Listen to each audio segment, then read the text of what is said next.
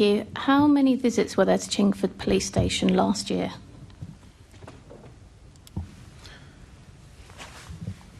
Stand by. Chingford in Waltham Forest, on average, 3.4 crimes reported per day. No, I asked you how many visits were there to Chingford Police Station last year? By whom?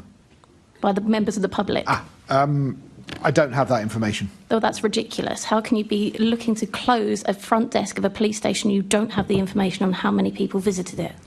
Because what we have information on is actually where there's been a record made for a policing purpose. So in this case, I'm using crime as the main sort of proxy for that.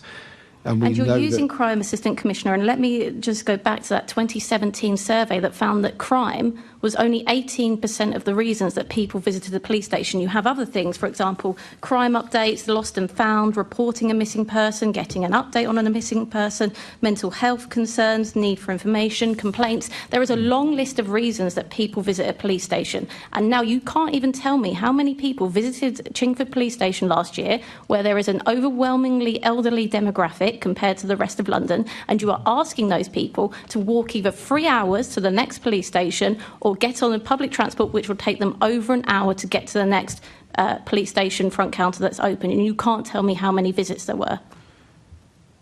No, we don't record by number how many people walked into the front counter. But yet you want to ask what is an overwhelmingly elderly population compared to the rest of London to get on a bus for over an hour to go to the next police station or walk for over 3 hours. That is ridiculous, and you can't even tell me how many people visited it. But what we do know is taking that data of 50,000 people that reported a crime last year and looking at the 2017 data of reasons why people went to a police station, we can guess that there is probably over 250,000 people having recorded visits to a police station every year. And yet you can't tell us about those people. You've only chosen to focus on the crimes, but that's over 250,000 of, in some cases, very vulnerable individuals going into a police station every year.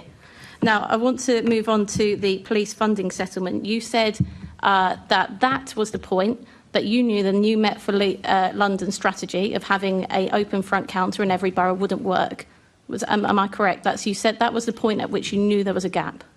So once we had the funding settlement, we then made a list of the tough choices. Obviously, we wanted and have achieved the overwhelming majority of the new Met for London. And can you confirm to me when in the police funding settlement was the reason for the gap? That's my understanding, yes. OK. Can you confirm when that came? So the funding settlement from government was just before Christmas. Yeah. And then we did... Thank you, Assistant Commissioner. And Deputy Mayor, can you confirm which political party was in government at that time? I can confirm that the Labour government of last year gave a record number of funding to... Sorry, you've just heard the Assistant Commissioner confirm that that was the point at which there was a funding gap in the Met for London, and that is the reason why we are closing police stations today. Now, the Mayor told us with a Labour government and the wind in his sails that things would be so much better for Londoners, but we have just had it identified by the Assistant Commissioner that the reason for this gap is because of the Labour government previous to Christmas and their police settlement. Now we have a gap of £7 million, which means that we are closing these police stations. The Conservative group were the only group on this assembly that put forward a budget amendment to put an extra £122 million into the Met. Why did you not accept that? I think that the Assembly member knows that the budget gap wasn't caused overnight by one government's action, that the Met has been systematically underfunded for over a decade. Well, funnily enough, when there was a Conservative government, we were happy to... the Met for London plan was made under a Conservative government and it was funded. You have just heard from the Assistant Commissioner, he is sitting next to you, that it occurred under a Labour government. When are you going to take some culpability for your mayor and your government?